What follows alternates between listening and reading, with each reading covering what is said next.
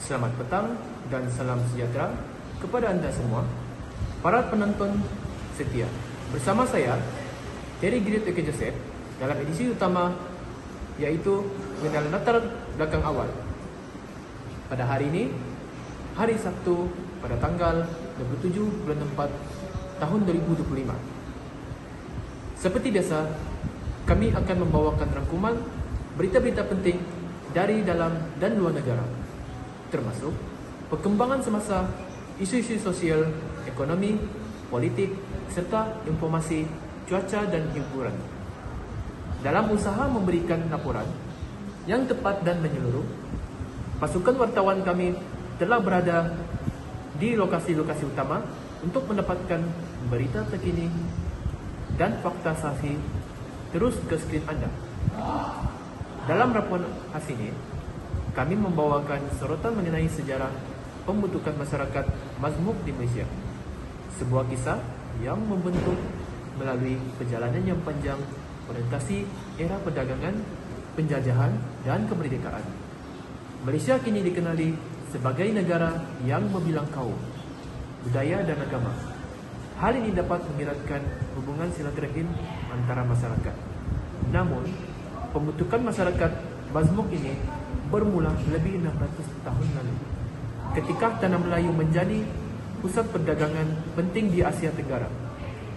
Seawal abad ke-15, Kesultanan Melaka yang diasaskan oleh Parasmeswara pada tahun 1400 menarik pedagang dari seluruh dunia ke pelabuhan Melaka. Pedagang dari Cina, India, Arab dan Kepulauan Melayu bukan sahaja berdagang, malah menetap dan berkahwin dengan penduduk tempatan, mewujudkan komuniti seperti Babanyonya dan Ceti Melaka. Hubungan ini mengukuhkan tempatan dengan pengaruh luar, membentuk asas kepada masyarakat Mazmuk Malaysia pada hari ini. Perkembangan pelabuhan lain seperti Pelabuhan Klang dan Pelabuhan Georgetown kemudiannya terus mengukuhkan pertumbuhan komuniti berbagai bangsa. Terima kasih. Terima kasih Encik Terry. Sekarang saya berada dengan Encik Amirul untuk menunggu-duga tentang era penjajahan dan migrasi besar-besaran. Terima kasih. Sekarang saya akan mengenalkan tentang sedikit era penjajahan dan migrasi besar-besaran. Selepas Melaka jatuh ke tangan Portugis pada tahun 1511, sejarah Tanah Melayu memasuki era penjajahan barat yang panjang. Belanda menguasai Melaka pada tahun 1641 dan akhirnya British berjaya mengambil alih melalui perjanjian Inggris dan Belanda pada tahun 1824. Ketika British mentadbir negeri-negeri Melayu bersekutu selepas perjanjian Frankfurt 1874, ekonomi Tanah Melayu dimodernkan melalui aktiviti perlombongan dan peladangan. Untuk memenuhi permintaan buruh, British membawa masuk pekerja dari Cina Selatan dan India Selatan. Buruh Cina banyak bekerja di Lombong Biji Timah,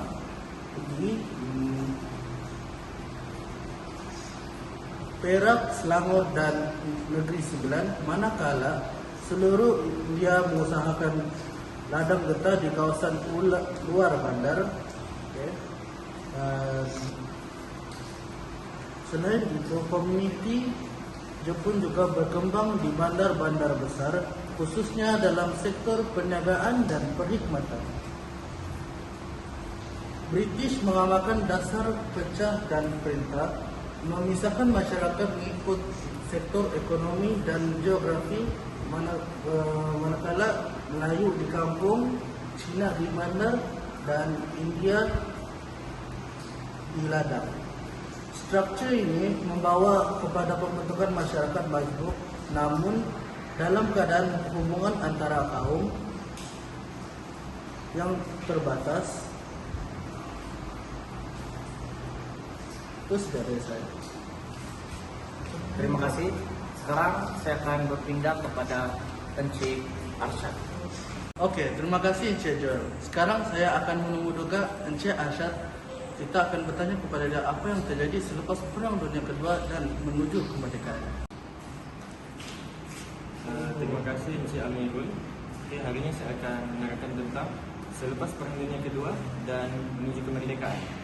Penjajahan Jepun antara tahun 1942 hingga 1945, semasa Perang Dunia Kedua meninggalkan kesan mendalam terhadap masyarakat majmuk di tanah Melayu. Selepas Jepun menyerah kalah, tanah Melayu berdepan perubahan besar dalam politik dan sosial. Pada tahun 1948, Persekutuan Tanah Melayu ditubuhkan sebagai langkah ke arah pemerintahan sendiri. Dari pelbagai kaum mulai bersatu dalam perjuangan menuntut kemerdekaan. Pada 31 Ogos 1957, Tanah Melayu akhirnya mencapai kemerdekaan di bawah pimpinan Tunku Abdul Rahman Putra Al-Haj. Walau bagaimanapun, kesan dasar pecah dan perintah masih dirasai. Dengan jurang ekonomi dan sosial ketara antara kaum. Hubungan antara kaum diuji dengan tercetusnya tragedi 13 Mei 1969 menandakan keperluan mendesak untuk perpaduan nasional yang lebih kukuh. Itu saja dari saya. Terima kasih. Sekarang kita akan beralih kepada seterusnya.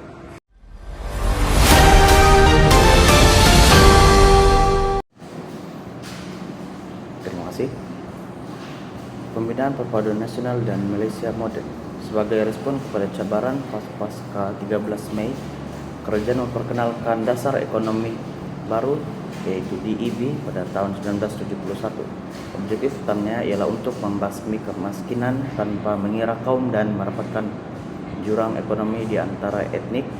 Selain itu, kerajaan juga memperkenalkan dasar pendidikan kebangsaan yang menekankan penggunaan bahasa Melayu sebagai program integrasi nasional seperti rukun negara, rukun tetangga, dan sambutan bulan perpaduan diperkenalkan untuk mengukuhkan keharmonian.